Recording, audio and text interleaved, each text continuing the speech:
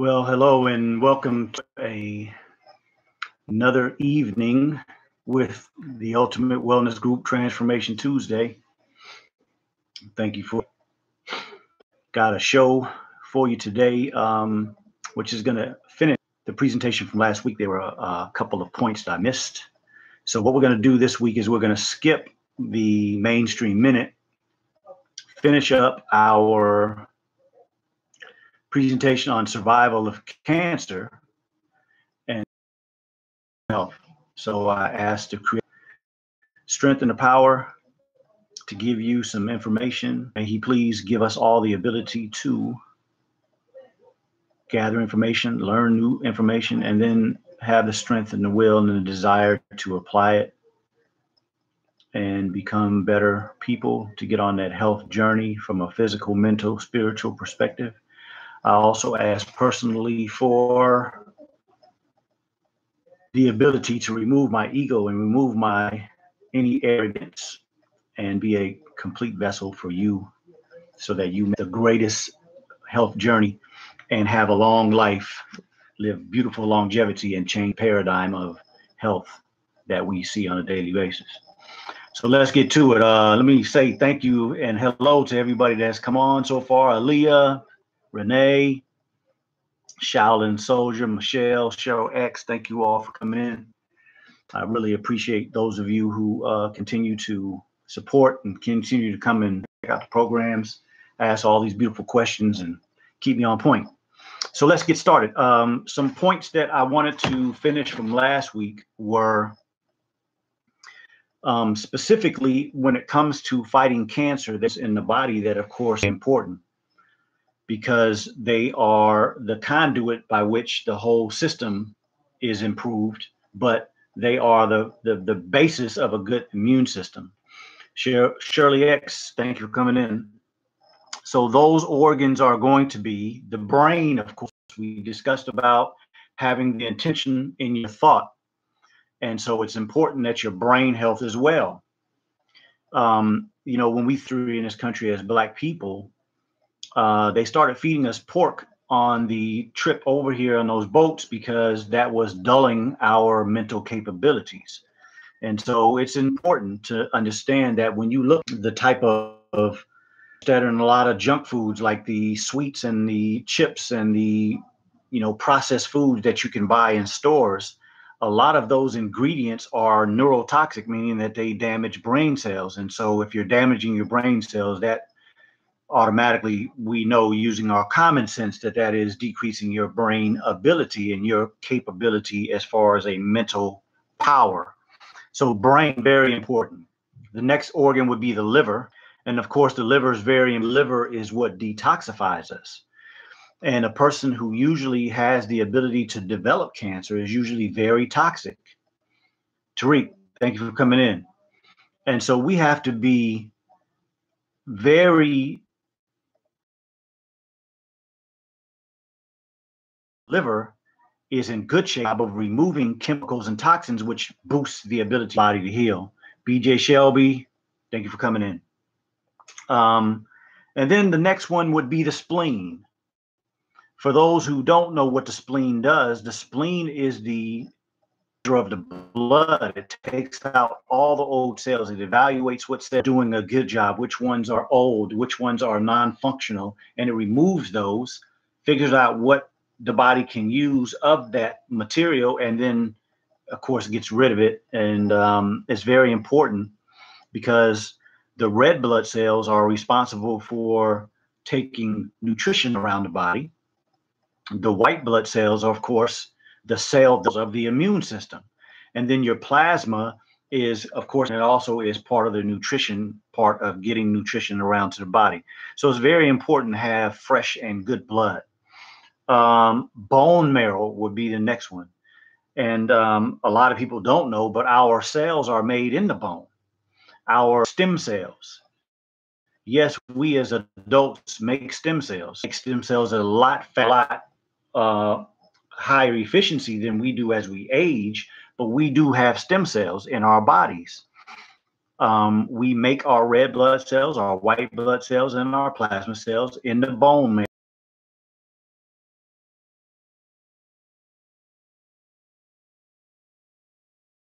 produce your blood cells well. And then lastly, your GI system, when it comes to fighting cancer, the gastrointestinal system, which we looked at some pictures over the last, any way that you're trying to improve your health, you should take your time and chew your food well. And when you swallow, you have to have the kind of mental surety that you have put good food in your body, you chewed it well, digested well, and then everything in that food that you need to help your body and all those organs we just mentioned to boost the immune system, to boost the system, to boost the efficiency of the body, and to decrease how much waste you put in it so that the extra work is not necessary. All of those things make for a good GI system, a good gastrointestinal system where you are able to pull everything out of the food that you need. Jacqueline, thank you for coming in. So those are very important. Those 1, 2, 3, 4, 5 organs that I mentioned, and understand that all the organs, again, like I said before, work together. This is a system together to produce beautiful reality. And so I just mentioned those 5 because it's important to make sure those are optimal. But the whole body, when you work on those, is going to be the optimal place to get you the type of success that you want. Johnny Diggs, thanks for coming in. Now, the other, I think, extremely important idea that we have for those of us that may not have cancer and we're supporting people who do, is this word remission. You know, I hear a lot of people approach me and they say it like with a lot of fervor and a lot of energy and a happiness that, hey, I had cancer, but I'm in remission. And I'm never happy to hear that. And that doesn't excite me when somebody tells me that they are in. So real quick, the first one is to lay aside partly or wholly. Lay aside. To desist from an activity. Third definition, to abate in force or intensity. To abate symptoms for a period. And the last one is to moderate. I'm sorry, but I can't accept that. Not only as a person, like I'm saying, if I was dealing, but not that would I be able to accept it. Not as a physician can I accept that for somebody that I'm being a part of their lifestyle, their health journey. I can't accept we look at putting something aside, decreasing the intent. No, we need to look at how do we solve this problem, and that's the chemotherapy and radiation. And the ideology that this is the best treatment for cancer. In some instances, yes. In a lot of instances, no, it's not. Because there are no long radiation and chemotherapy are the best treatment. So we're going to get into that in just a minute. Let me look at some of these comments. So safe to say, this is from Shaolin Soldier. So safe to say if you have cancer, you're very toxic within. Absolutely.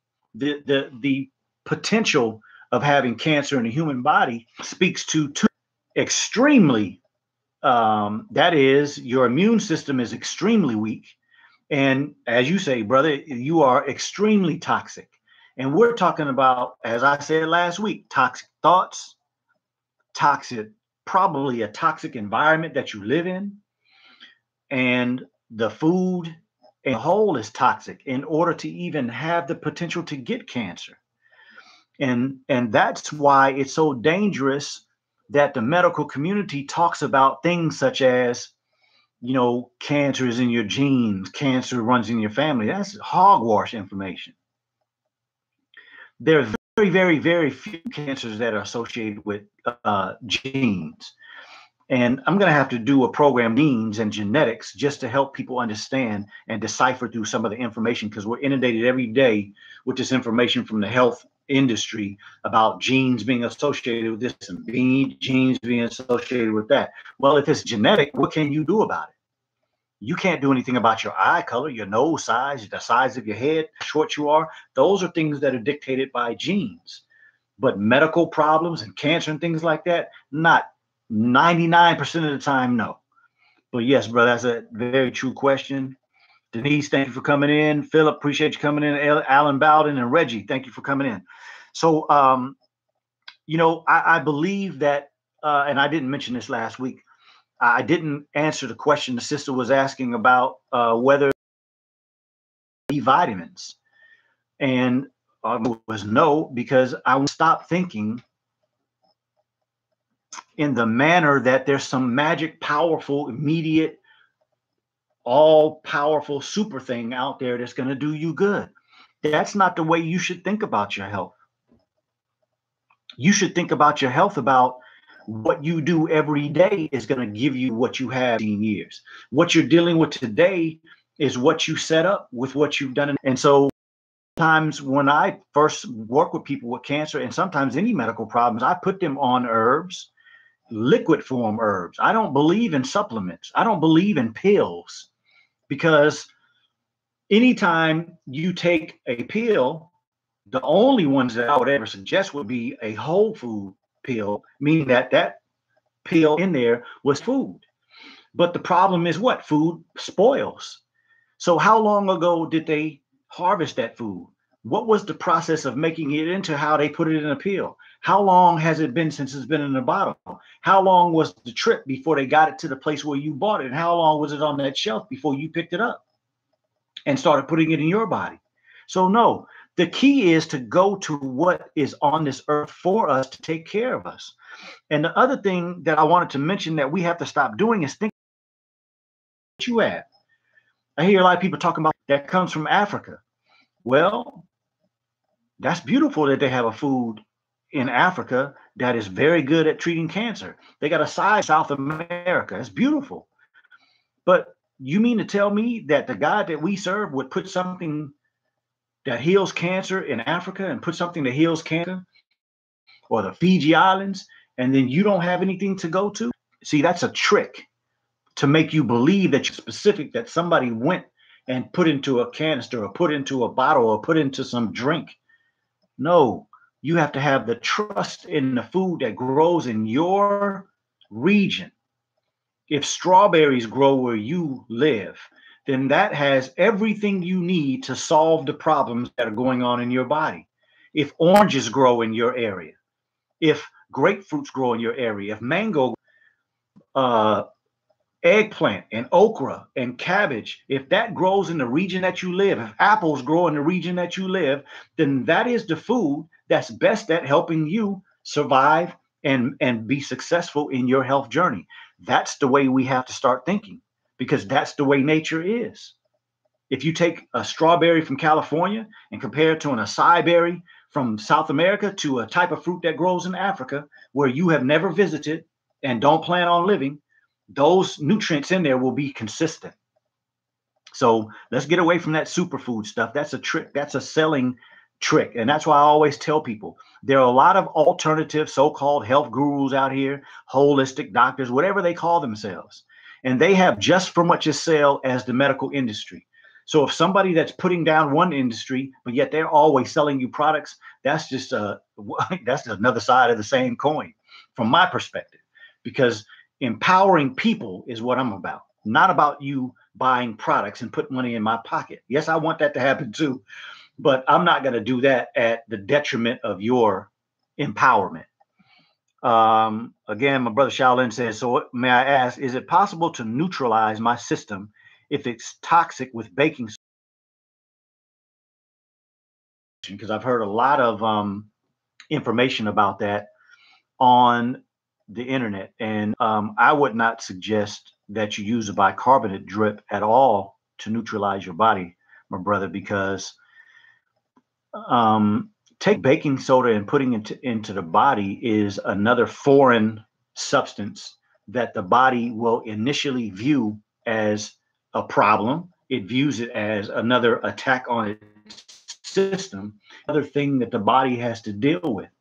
There is no substance, none, that will do your body better to get you neutralized than the proper nutrition, the proper water, the proper rest. The whole baking soda ideology is based outside of the body. We use baking soda in a lot of chemistry experiments. You can use baking soda to dilute and neutralize a lot of substances. But the way the body works, baking soda wouldn't go into the body and work the same way. The first thing is, most about baking soda, people are taking it by mouth. And as soon as you take that by mouth, the stomach is going to produce acid to try to figure out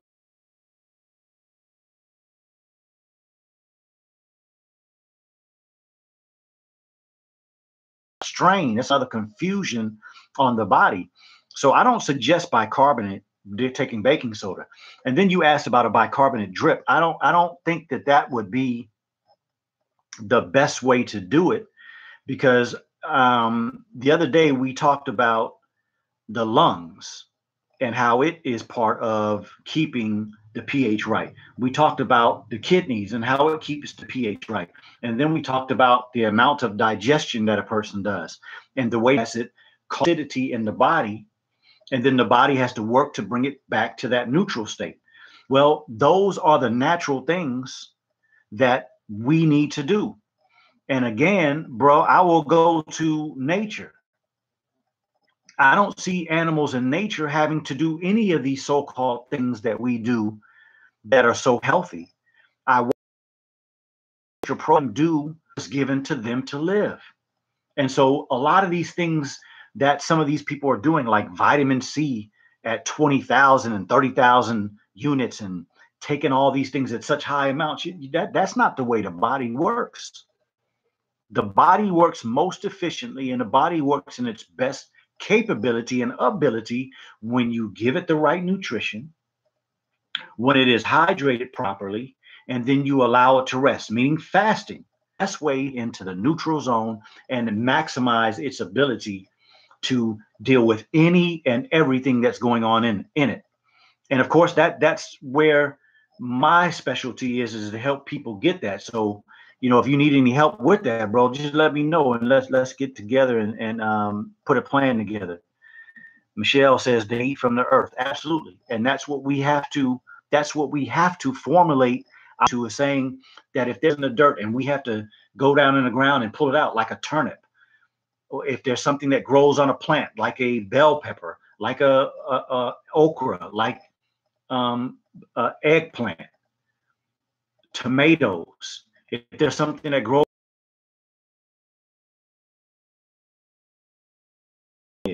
out of a pot, like a bowl of green beans, literally, I have to keep going back to How to Eat to Live. If you go to How to Eat to Live and you look at the foods that the Honorable Elijah Muhammad mentions in that book, and then you start looking at the nutritional factors of those foods, they're the highest capability, they're the highest in to digest, and they give maximum nutrients. So that's, the best source that I can say. We have to go to those foods, the ones that are capable, that have the ability and are available to us on this earth in a natural way. And that is where we'll get the best of what we can get. You too, and those great questions. Sabila, thank you for coming in. So last on the cancer aspect is this. You should be empowered when you go and you sit down if you get that news and some doctor tells you, your test came back and you have such and such and such and such. Like I said before, they're going to tell you a type of cancer, and the name is going to pretty much be aimed at the organ or the system of your body where the cancer is. Like if it's something that has to do with your bones, it's going to be an osteo something.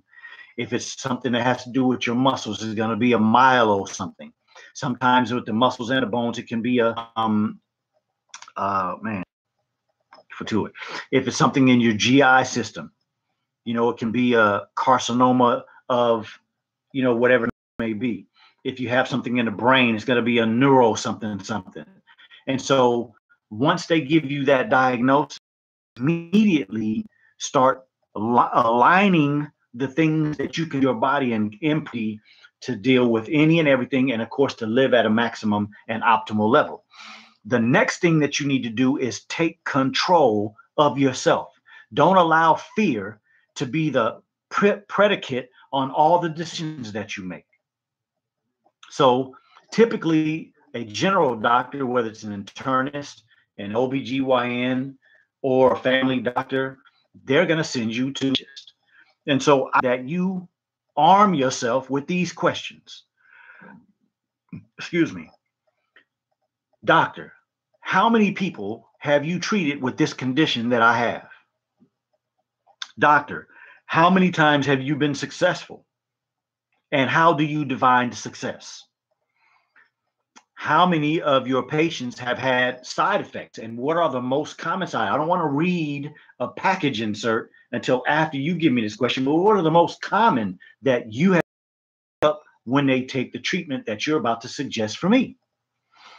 How many people have died during the treatment that you plan on giving to me? And then the one that's most important, you have to ask, what do the studies and what is your experience on the survival rate 5 years, 10 years, 15 years after treatment of this medication that you're giving me? And see, if you ask those type of questions, you are putting yourself in a place to get the type of information where you can sit down in your quiet time and amongst your family, whoever's going to help you with your journey, whoever's going to help you with your decision making, to a conclude different than if you go to a car dealership, or you go to a furniture store, or you go to a cell phone store. You're going to sit there and you're going to look at the options and say, oh, wow, that car has everything I want in it, except they don't make it in a color that I like. But you know, my options were going to include Honda, and they were going to include Mercedes, and they were going to include Hyundai. Well, where are you going to you like? And so if and none of the answers satisfy you, why should you go with that? You shouldn't go with that just because you're afraid. Seek a place to get information, which I hope that I'm that for any of you if you get into that situation. But even without me, you have to stay in control and don't let fear be the motivating factor of your decisions. Have to be based on information. You should ask that doctor you treated that are so-called in remission, that are so-called successful. Can I get their number? Can I talk to them?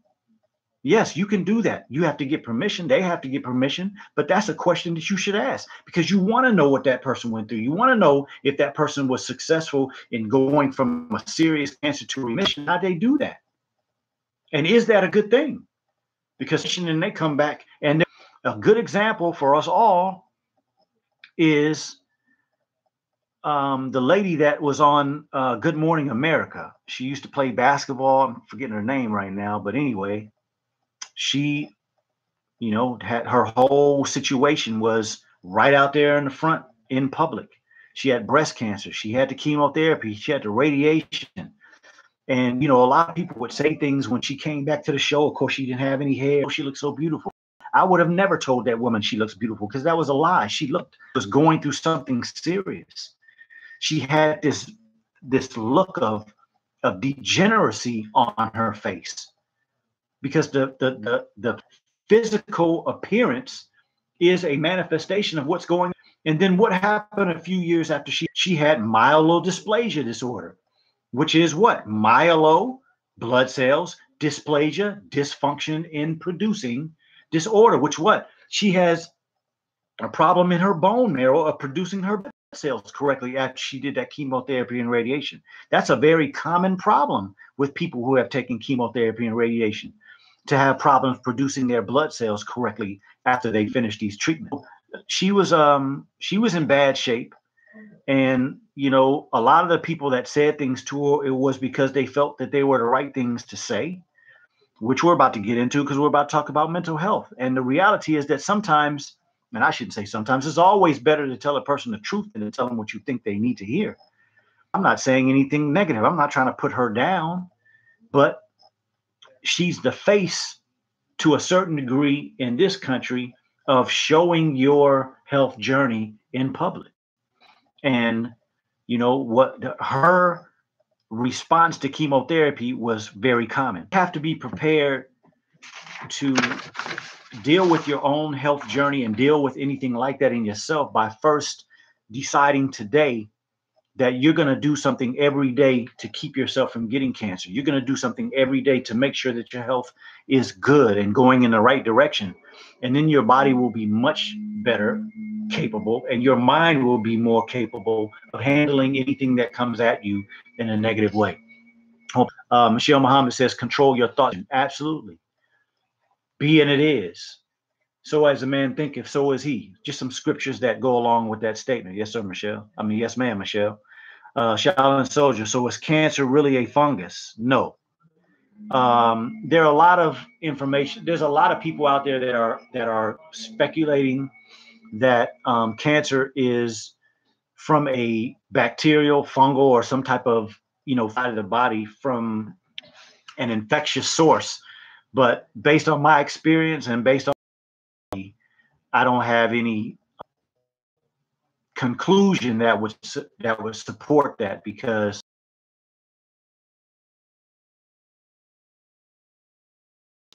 direction they go from A to dysplasia to situ and then to cancer, and then once cancer spreads from one organ to others, metastasis, that progression is a continuation in a negative manner from decreased nutrition, from increased toxic functioning of that organ because of the fact that there wasn't enough water or nutrition and too many toxins. Deterioration in functionality of cells in the body that leads to cancer. Infections do something in a totally different manner. Infections don't cause a deterioration over time. And I'm talking about a long period of time, because it takes long periods of time to develop cancer. Most infections are what we call hosts. We are the parasitic host for an infection, meaning that infection goes into your cells and it tries to live off of your nutrition in your cells and the water in your cells and the functionality of your cells. But cancer is a totally different thing. Cancer is a dysfunctional cell, a totally abnormal and totally out of character cell that is deviated from a normal course. So I haven't seen any proof that infection is for how cancer develops in the body. Wonderful question, my brother. Okay, so I have Celeste on here, and she says, I am a vegetarian and I do not trust that vegetables are truly organic. What is the proper way to wash vegetables? I heard apple cider vinegar. What do you suggest? Oh my goodness, guys up in here today. Coming in, Danita Lake. Thank you for coming in. And you said hydration is key to living healthy. Absolutely. The earth is 75% water. Our bodies are 75% water. And that beautiful brain that you have is 80% water. You have to hydrate. And there's a difference between hydration and drinking water, which we're not going to get in today because I did that in the past. But to the question of, I do not trust that vegetables are truly organic. Well, Celeste, I would say that that's a very empowering place to be. Because if you doubt that the grocery stores are giving you the best of foods, that's a good place for you to be. You should never trust these people as if they're going to do you right. So I think that's a healthy place for you to be, first of all.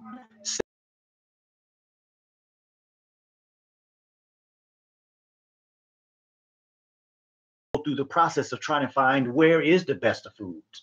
And so I'm sure with your question, you're trying to do the best you can with that. So my experience is that when you use lemon, let's say a solution of lemon and apple cider vinegar, lemon and apple cider vinegar both have the capability, what we call pull toxins out of tissues in the body. And so when you make a little solution in water, apple cider vinegar, lemon, and some water, and it doesn't have to be at any particular measurement, just do it so that you have a nice little aroma of lemon, a light, nice little aroma of the apple cider vinegar, and then you wash your fruit or vegetables with your hands until you feel like it's clean. You know, just like you wash your hands sometimes, and once you finish and the oil off your hands, you feel a little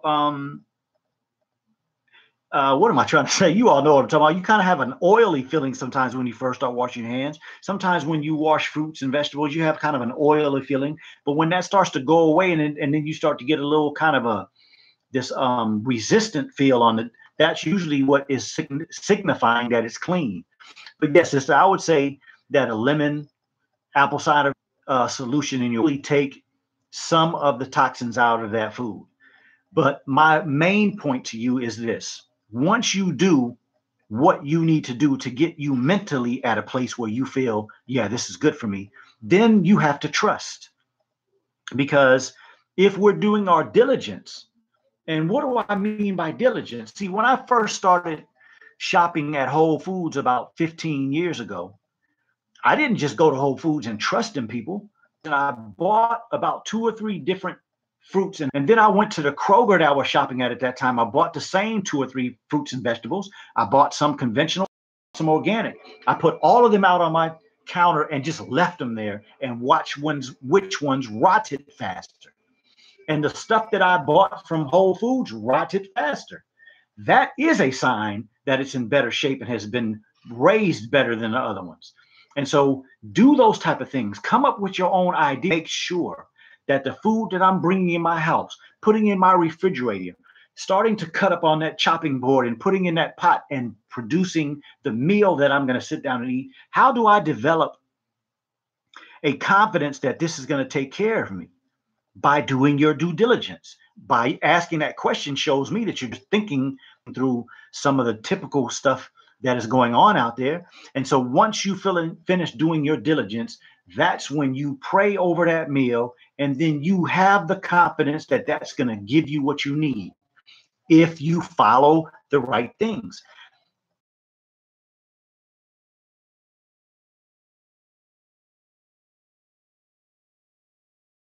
Should eat the mentioning over the last. And so if you have the proper foods, and then you give your body rest, and you do a fast once a month for a few days, you will be fine.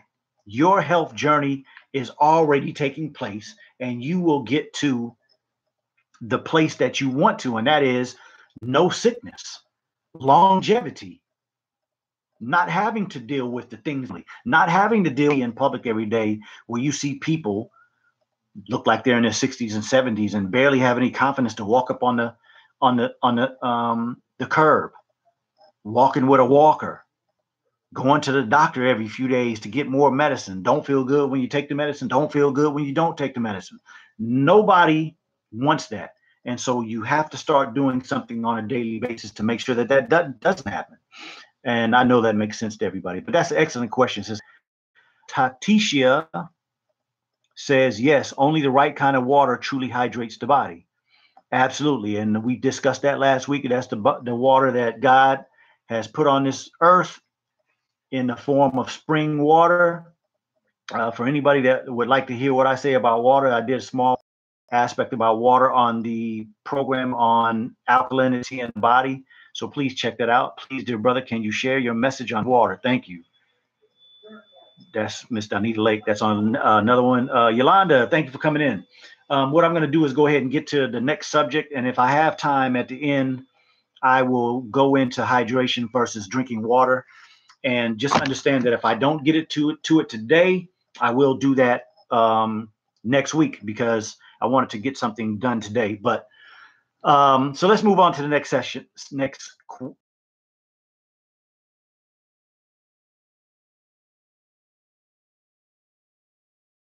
For those of you who don't know, there's a young man, kind of a famous rapper, who was kind of like, one of these young brothers that kind of did his own thing and kind of got popular over Instagram and other things like that, and made quite a bit of money rapping. He got murdered yesterday.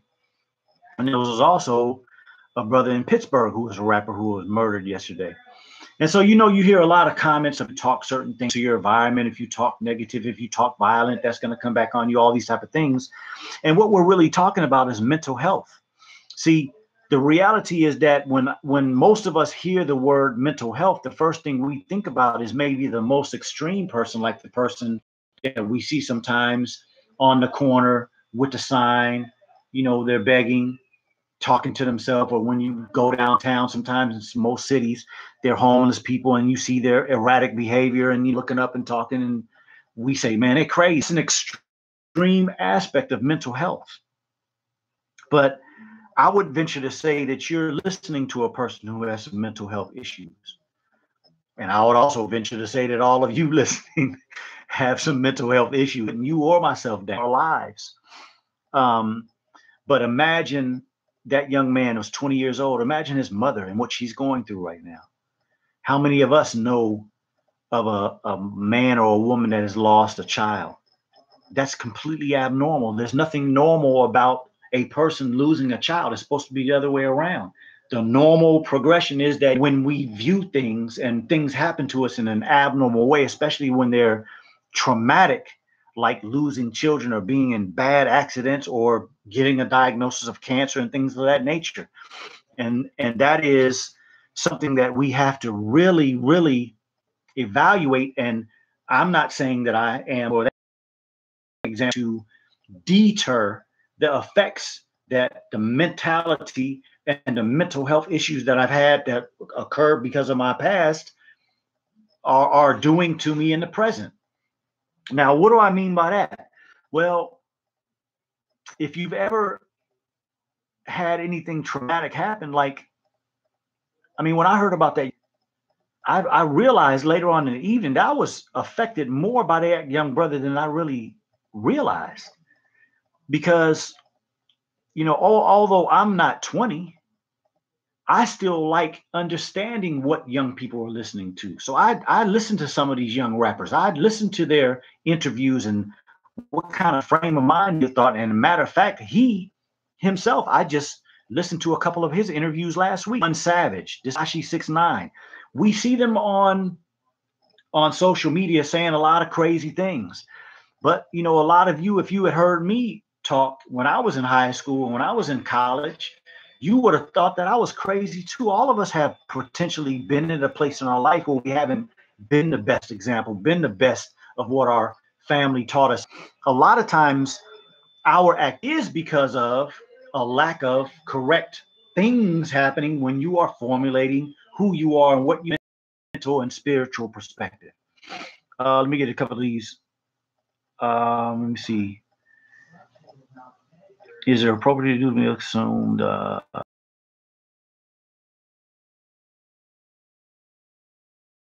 really don't know how to say the brother's name. Tentacion, and then Jimmy Wapo was up in Pittsburgh.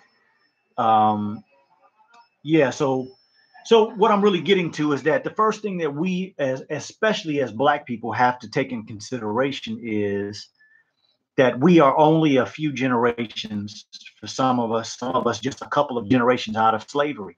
And so when your parents raised you on chitlins and hog head cheese and cornbread and all that kind of stuff, that is a diet that came from slavery, when we had to take the scraps of food and do the best that we could with it. There's nothing totally nutrition about that. There's nothing that could produce a good body and a total capability mind with that type of food. Do you all know that the average is 27? Ridiculous. Before you're even truly mature, you're a large percentage of us were dying. So there is nothing that was based in our slavery experience that was good for us.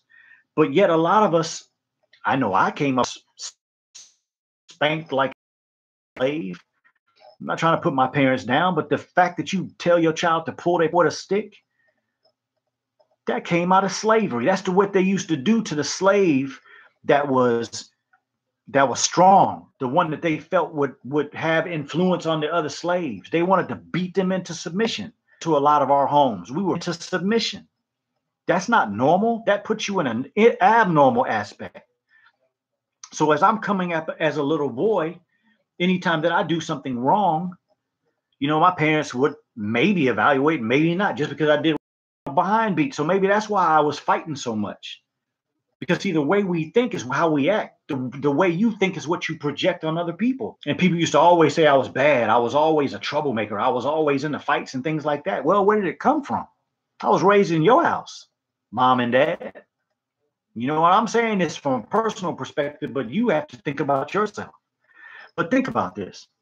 I just spent a couple of seconds talking about how I was as a child. Stop paying attention to me because you started thinking about yourself. Some traumatic experiences. There's so many Black women that have been molested by uncles, grandfathers, some of their own fathers. They're people, when we're in the community working on a regular basis, we run into children that are being molested, raped by their own fathers, their own mothers, incest, communities. How does that give you the ability to function in this world as you move on in life? It's a decrease. It decreases your ability. Mental health, that's what we're talking about. What would we look like if we had no setbacks? What would we look like if we had no detrimental effects on us when we were coming up? How many of you were breastfed? I got to go here because I'm not trying to be anti-woman. This has nothing to do with being against women. So I'm saying that because I hope nobody takes it that way. But one of that a woman can do is to not breastfeed her child. Now, I'm just going to go through a few systems really quick, and it's just a general thing. If you look at this picture, what do you see there? Smell, thinking, planning, speech, emotion, memory, recognition, coordination, arousal, visual processing, vision, spatial awareness, touch, movement, comprehension, sound. See those different aspects of the brain? That's beautiful. Wow, man, the brain are for those specific things. And it's very important that those aspects of the brain are mature so that you can have the greatest ability to do that. Yes, it is. That's what the brain looks like if you cut it in half. And so as I spoke before, I'll just go through it briefly. This is the learning aspect, right? If some of you were in my presence right now and I got up and just started urinating adults, you would say, man, this man is crazy. But if a two, you would say he hasn't learned yet. This is where we learn a lot of things in our life. This the coordination. This green thing, the corpus callosum, is how the left side of the brain communicates with the right side of the brain. A lot of the emotions are out here how we learn, but there are also some of the innate emotions that are in the midbrain or the brain. It's like the animalistic center. Well, everything that I just finished pointing to is maximized with breast milk. The brain cannot function correctly unless it's made correctly. And when a baby is born, that baby, the ability of eyesight, usually they have measured from a mother's breast to the mother's face. That's as far as a baby can see for the first few days of life. And then what do you see a baby doing after a baby comes out and mother starts breastfeeding and that baby is maybe sitting next to the mother? What do? They're just looking, right? Most of the time looking at you because that's as far as they can see. But after the days and the weeks and the months go by, baby's just checking out the world, seeing what's going on with the world. These brains are maturing. These brain centers are starting to work. These brain centers are starting to gather information so that this little baby can grow into a functional human by themselves. But it's a process. Breast milk is optimally important.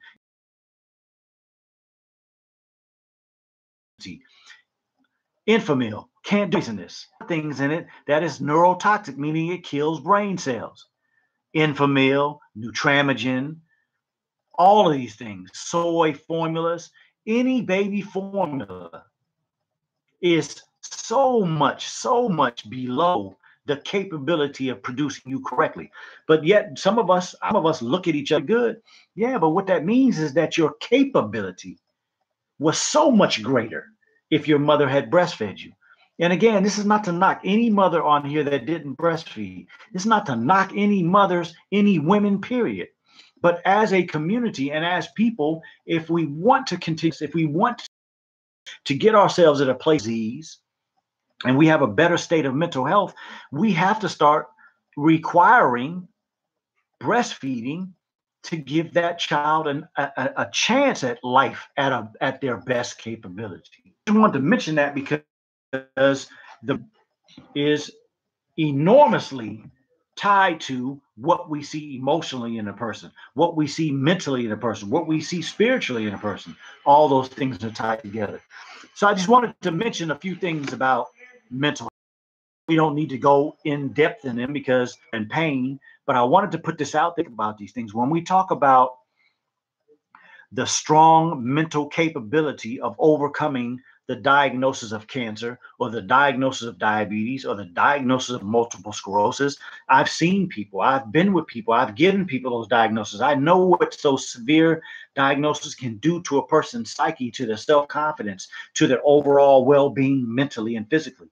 But when you take all of these things, we have to be able to build a strong mentality in order to stay healthy. So some of the things that I wrote down are extramarital affairs. You know, it was a young lady I was working with years ago. I think she had about 5 or 6. And when her father died, at the funeral, she learned that she had a whole nother set of brothers and sisters on the other side of the city. What does that do to a person? I mean, we really have to think about how does that affect a young child? How does it affect you as an adult to find out that your father had a whole nother family? You know, a lot of times our reaction is sadness. Our reaction is, you know, maybe bewilderment. Our action may be anger. But behind those emotions, there's a lot going on in here. Hope I'm making sense. I know some families and know of some people who 12 or 13 brothers and sisters. And the father had another family with 8 or 9 children right down the road and 10, 15 of the city. Painful. That's hard. That's a hard way to have to accept, you know, this man treated my mom like that. This man, you know, yada, yada, yada, all the things that come out of people when they deal with that. What about incest and molestation? How does a young girl or a young boy ever totally become healthy mentally when you're fighting or you're having sex with you? And whatever excuse they use, whatever reasoning they gave for why it happened. How do you ever get yourself back right? What about some of the people in our family who are just mean? Don't ever say anything nice to people. Don't ever do anything nice. What happened to them that produced them in that manner? You know, when I was coming up, a lot of people, when they experience my son, they say, "Oh, he's such a nice, you know, generous and so loving." Yeah, that's the way I was. And I remember in certain situations when I was coming up where that would have got me tore down. That would have been like committing suicide going in some environments that I grew up in and some myself in. I'm not trying to put all that on my mother and father. I made bad choices when I was young. And some of the environments that I put myself in to be this nice, loving, kind person would have got me killed or taken severe advantage of. And so I started putting these walls around me and trying to act more tough and cursing or survive in certain situations. And that was hard to break. Well, why is it that we live in a society where children think they know everything by the time they're teenagers? And that really doesn't happen in a lot of other societies. What is it about this society that produces that? Is it that a lot of times we as adults talk a lot but don't do anything to change anything? Why would a child want to mimic that behavior? These are a lot of questions that we need to ask, a lot of things that we need to evaluate. I hope that you all understand that I'm not trying to project anything negative to anybody. I'm just talking about the mental health of people in general, and then the mental health in general about people that were descendants of slaves. We have not really evaluated what it is necessary to raise a child. It's not what's happening, whether we're in a hood or suburb. Children are being raised at the optimal ability. Envy and jealousy, right? One child sees or thinks that this child is getting more favoritism. So you have hate in between children, hate in between siblings. How does that affect you long term? And then the biggest one is that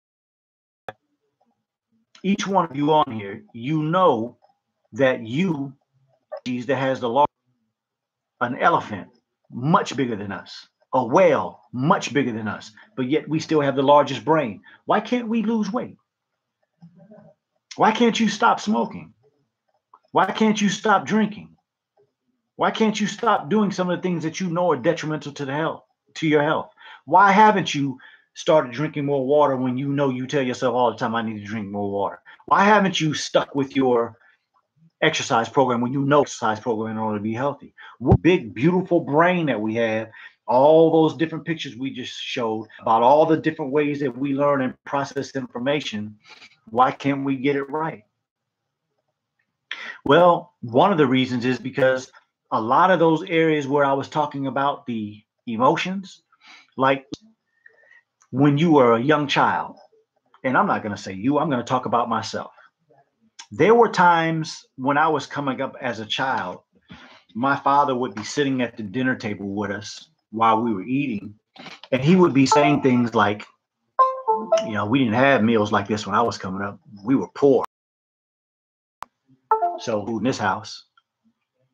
So there would be times when we were eating and, you know, me or one of my brothers would accidentally put our elbow on the table and my dad would pop us with a fork, you know, pop us with a spoon, pop us with a knife, slap us upside the head. Why are you eating dinner?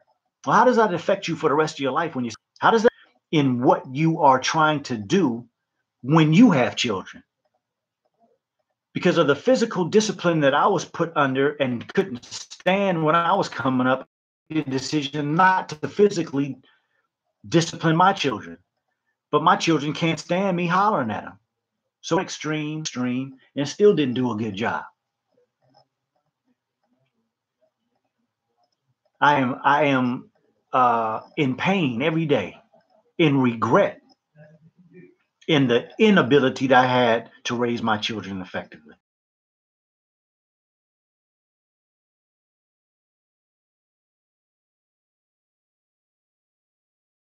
I wish that I had been a better parent. I wish I had learned information to raise my all of that hollering, making you feel bad, and because you, it was crazy. We're perpetuating a cycle. It doesn't make sense. Our mental health is important, and so the only thing that I know to do is to give you all the type of information have been exposed that helps me and gives me an ability to go in the right direction, and that is Dianetics from the Church of Scientology. And I know there are probably some people that are not going to like the fact that I mentioned that. But I've been practicing medicine 22 years. And a lot of my experience has been in the VA hospitals. And I've seen men come back from war without legs, without arms, with body burns, with all kind of therapy for the rest of their life. And the problems are never solved. Their inability to be able to sleep at night, their inability to be able to hear a helicopter and not lose it, it never goes away. So the therapy does help. Yes, talking about things, crying about things helps, but it doesn't solve the problem. The only thing in my seen solve the problem is that they do in Dianetics in the Church of Scientology called auditing. Now, what I get from a lot of people when I talk about Dianetics and auditing, they say things like, oh, you going up to that white man, he was a racist, he was such. Well, how many of you know that if I would have taken that perspective when I went in medical school, I would have dropped out? Because most of what we know in medicine is off the backs and the struggle and destruction and experimentation on Black people in this country. Don't believe medical apartheid by Harriet Washington. She beautifully lays out our experience in this country, the medical community. When I was in college, I had Indian professors, I had white professors, I had black professors, I had African professors, I had professors in a lot of different nationalities and ethnicities. When I went to medical school, same thing. Concern myself with what religion they were. I didn't concern my racist or not. You have what I need in this class, so I'm going to take this class and get through it. I'm saying that in my experience, Dianetics auditing through the Church of Scientology is the best way to get rid of the pain that I just finished going through that's prevalent in the Black community. And I describe it like this. Can any of you imagine just having a big knapsack on your back? You have a huge bag on your back that's a little bit of something in, every couple of days. Imagine walking around with that every day. It's a little can, a little plastic wrapper, an empty water bottle. Next thing you know, a couple of years, that bag is so heavy you can barely walk. That's what some of our minds are like with all the madness that we've been through. What your parents did to you, what your aunts and uncles did to you, what you did to yourself, what people have done you wrong over the years, what things have you done to yourself over the years. In one of my auditing sessions, I went back through a lot of things that happened in my life, and I was dealing with my own insecurities. And so I want you all to understand there's nothing brain control when you go through these. You sit there and the person is just looking at you. Like if I'm talking to you guys right now and you see me just cringe up like this, you know that I just started talking about something that causes me pain. If I start talking about a certain thing and you start seeing me tear up, you say, damn, something is bothering that brother. Well, that's all that person that sits across from you that's doing the auditing with you does, is they watch your reaction to certain things that you're saying. And all they say is, hey, why don't you look at this? You are processing yourself. That person is just there to help you be strong enough to make it through it. I hope I'm making sense. But anyway, back to the point, I was going through a cycle of insecurity. And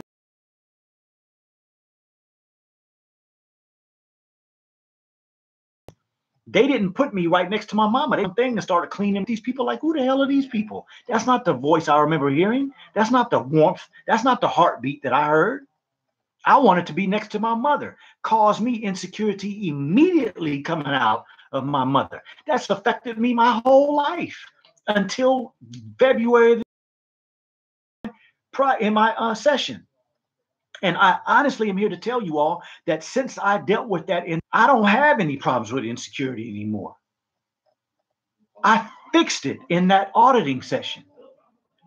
So I used to be the type of person that would walk around and say things like, man, I don't care what people think about me. Well, the fact that I said that out of my mouth means that I care. What it doesn't really have to worry about, don't even. But now it's true. I don't worry about what people say. I'm confident in the decisions that I make in my life and the things that I'm trying to do. I'm trying to think through and do life at the best ability.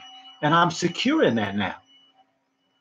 So the first thing was my delivery. The second thing was relationships I had with girls. I had a girlfriend in my 8th grade junior high. And then I had a girlfriend in my freshman year in high school. I lost my virginity to. All of these things were causing me insecurities. I was sitting next to my father. Now of course, with these physical discipline that happened over my life, there were many times in my life where I wanted to beat the crap out of my dad. And for years, I was afraid of him, even as an adult. When I got to the place when I had been working out and I had gained weight and I grew a little bit, when I got to the place where I felt like I physically could whoop him, at that point, I didn't even want to. I had grown and matured to a point where I didn't want to do that kind of stuff. So that's a crazy idea. I'm pouring out me to see my pain so you can see my craziness, but I'm really doing this so that all of us can check ourselves. But I said that to say there was an aspect in that security line of events where I was in a baby carriage. My father had put me up on some counter or something, and all like we were in, and I could see out the window, but I felt his presence, and I was so secure with his presence. I knew nothing was going to happen to me. I was a little baby. That's the type of feeling I had inside of me. So again, I went there because auditing works. as my sister Jill Mama said, it works. It helps. No, you shouldn't feel about to go at some things that you know have caused you problems all of your life. It's not a totally comfortable place, but it's necessary for you to become more efficient. I know I'm becoming a better man. I can't go back and raise my children, but I can be a better father now than I ever was. Relationship with my daughter. She's 18 in college. I hardly even speak to her. Kills me every day. But I pray that I keep getting better, and I pray I get another chance to make it up to her. But look, as I'm pouring myself out to you, my daughter is an example of how I failed as a parent. My son looks just like me. He acts, but the reality is that I haven't been at the best of my capability with him, because most of his life I've been wanting him to be like me. That don't necessarily mean it's any good to be like me. You know, I want you to do it my way. I want you to do it how I should have let him go when he was about 3 or 4, managing himself. Probably would have wound up just as well. I'm not trying to sit here and totally kill myself. I know I taught him some good things. I'm more talking about the negative aspects, those things that weren't totally done right and fostered that. Let's work on stopping that, y'all. And those of you who are young enough and haven't had any children yet, or are going into having your children, just take what I'm saying into consideration. Think about it for yourself. I'm not trying to tell anybody what to do. I'm a conduit of information for you to be empowered to make the best decisions for yourself.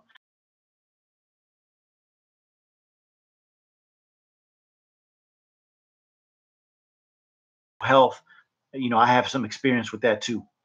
And so that's really what I wanted to talk about today. Miss Tatisha said broken men. Yes, we are broken men. And you know, I hope that a lot of people that are hearing me say this don't feel sorry for me. I don't need to be felt sorry for, but I hope that all of us make a decision that we are going to be better people for whoever we have influence over, and whoever in our families we still have the capability to help them grow into something better. Carl Brown says, doctor, is there a correlation of bad foods to different forms of mental illness? Absolutely. As I mentioned earlier, you know, there are a lot of foods out there on the market that have what we call neurotoxins in them, meaning that they kill brain cells. A lot of stuff in the Enfamil and the Similac and the other baby formulas. There's stuff in immunizations that kill brain cells, and a lot of the processed foods kill brain cells. I mean, think about it. We all know about that little joke that a lot of women do when they say, you know, they're single and they haven't had a man for a while, so they eat chocolate. Well, chocolate has a high level of sugar in it, you know, ice cream and other things like that they eat, and it actually causes a little bit of elevation in depression. It's gone through depression, and it's a subconscious thing after a while that chocolate and sometimes high sugary things actually cause a little elevation in the mood, and that's how people get addicted to it, and they don't even know it. It's a subconscious addiction, and it's also why a lot of people don't realize when we start talking about things like bipolar, it's just an expression of normalcy. Like right now, if we were all in the same place and somebody came in toting a gun talking about they're gonna kill everybody, we would all be a little anxious. You should. I wouldn't expect place, you know, somebody coming there with a gun and you sitting there like this, like, you know, well, everything is all right. No, that's the wrong type of a situation. It's a normal aspect of the body. And as I was saying yesterday, that young rapper, Extension, when he was killed, it affected me. And later on last night, I figured out why. Some of the people that I lost when I was young. I lost my best friend when I was first grade. He got killed by dogs. I lost a couple of homeboys in high school to gang violence. So those things aren't normal. They affect you. And I realized that young man and seeing him get murdered in that car, it just brought me. And so that's how it fixed. See, I have to still go in a session and deal with the death that I saw as a young man, so that if I see another young person die, yes, it's going to affect me. I'm going to be sad, but it shouldn't affect you in a way that it causes other circumstances and other emotions to pile on top. And, one more thing to point out is that when we look at some of those earlier about the brain and the different areas of the brain, there is an aspect. So we're talking about that one right there, right? If you just look at the different colors and just come to the conclusion that all those different colors mean different areas of the brain and different functionality in that brain. Well, what happens when you hear gunshots and you see your friend die? What happens when you see a gunshot and see your friend die? You hear the words that people are saying out of their mouths, or the screaming and the hollering as that person is killed. See, we start having, the brain has to put all that into a functionality. It has to process that information. And that's why sometimes people can look at something and just start crying. Certain situations make people feel real uneasy. That's because the brain, the mind, the mentality, the spirituality of a person had to process all that information. So you might have physically heard, you physically saw, but then the emotions that were tied to that are so much more impressive and so much more on this high negative aspect, because what you saw and what you heard is affecting your emotions more than it did the way you saw it. So see, the body into some type of conclusion. Your mind has to process all the information and put it. So that's how people are affected so much different than other people. Go to a movie and one person's crying, one person over there laughing. Their experiences were different, and whatever came on that screen affected them in a different way. And that's why a lot of us are affected in different ways by different things. So I hope I've been clear. The last week that answer and dealing with this subject today is difficult. It's not necessarily always easy to deal with some of the subjects that I deal with, but in order to be a vessel to help us all, I got to do what I got to do. So I hope I answered your question, Carl Brown. Let me just see if there are any other statements that I can answer those questions about the eating next week. I'm not going to get Donita Lake. Thank you. Cheryl, yeah, you say walk through life numb. Yeah, I mean, people have literally, they have so much pain, they start walking through a life in a subconscious existence where they're really not even there. They're just existing. That's not what we want to do. We want to really, really, really live. Gina Burnett, thank you for coming in, listening intently. Thank you very much. We know better, we do better, we should. Sometimes the pain is in between doing better because we can't get to the doing better because the pain is holding us back. Yes, Vicky, thank you for coming in. If you want to grow, this is from G. Want to grow, you do better. But if you are not a person that lives in the past and haven't reconciled and haven't learned from your experience and mistakes, you have chosen to stay stuck. Absolutely, beautiful point. That's absolutely true. And I think your point is highly tied to being brave. Because in a society like we live in, just being like everybody else and fitting in is sometimes what the masses do. You have to be brave to get out there and start dealing with your own reality and making it better. It is talk therapy. The mind is trusted to get the issue that touches the trauma. Absolutely, Jill. She's talking about auditing. Gina Burnett. We are the sum of what we think. Absolutely. Cheryl says, love the transparency.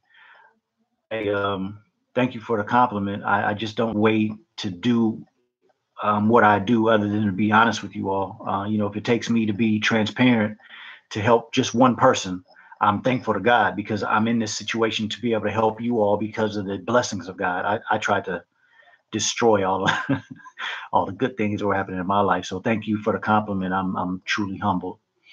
I call auditing. This is Donita Lake. I call auditing a solution-focused, brief, person-centered, humanistic, holistic, therapeutic approach to address emotions. Wow, that's beautiful. I'm gonna say that again. Miss Donita Lake. I call auditing a solution-focused, brief, person-centered, humanistic, holistic, therapeutic approach to address our most inner feelings and emotions. It works well in mental health. Donita Lake, I'm giving you credit and I am going to steal it. I'm just telling you right now, I'm going to start using your line first time. And then I'm just, no, that's a beautiful statement. I mean, that's absolutely beautiful. And I believe there's no better way to sum it up. That's beautiful. Gina Burnett says forgiveness is imperative for one's growth. Some of us self-sabotage ourselves with our negative thoughts. Absolutely. And that's the worst aspect of it, that when you negatives to continue to foster in your head, you become self-sabotaging. And that's the worst thing you can do. Thank you, Gina. When you know better, you do better. Yes, that's from Kay Darling. Thank you for pronouncing my name right. Well, thank you for having a beautiful name that I had to try to get right. That's Miss Tataisha. Uh, Thank you, my good brother. Thank you, Shaolin Soldier, for always coming and supporting. Donita Lake says, or the lack thereof on one extreme. I don't exactly know what that means, but I'm sure you're making another good point. Jill Muhammad, the same God that found us can and will reach our children in his time. Inshallah, remember he came for them too. Absolutely. That we are the conduits to give them information to help them grow. So we have to be that example that it is going to work, whether they listen to us now or not. At some point they will. And so, Doctor, can one go back to discover their negative thoughts alone, like meditating? It's a more difficult process and it's a more lengthy process. The processing that is can be done by yourself, but rather than do it over a few hour period, it might take you years. So it's a faster process. But understand that anytime a person does meditating, what you're really doing is just taking control of your mind and having it focus for a period of time. You're trying to exclude the extraneous noises and extraneous things that divert our attention. And so audit is similar. I wouldn't call it meditating, focus-centered reality, like the sister said. And I'm going to go back and read that again before we end, and then we will end. But yes, it's a focused ideology, a focused mental ability to go to something, stay there, and then solve the problem through your own processing. So you are always in control, and you are the conduit to all the. It's been a good program today. I thank you all for the support. I thank you all for coming in. I thank you all for the beautiful questions, the beautiful statements. I'm thankful that we had another powerful program with some news that you can use. And so all of you who have not done auditing, haven't heard of it, do some YouTube research, Dianetics auditing. Just look at some of those. And it just give you some basic information. And then, in future programs, just, we can have a program on that where we talk about and discuss mental health specifically from a auditing perspective, if you're interested. And something in today, before I actually get off, I'm going to read Donita Lake's statement again. And I want you all to really listen to this and go back and read it for yourself, because I mean, this is beautiful, a worded, like kind of a poetic way of talking about how we can solve our own painful problems. I call auditing a solution focused, brief, person-centered, humanistic, holistic, therapeutic approach to address our most inner feelings and emotion. It works well. And thank you all for coming in. Remember, this week, continue to stay strong on your health journey. Continue to learn.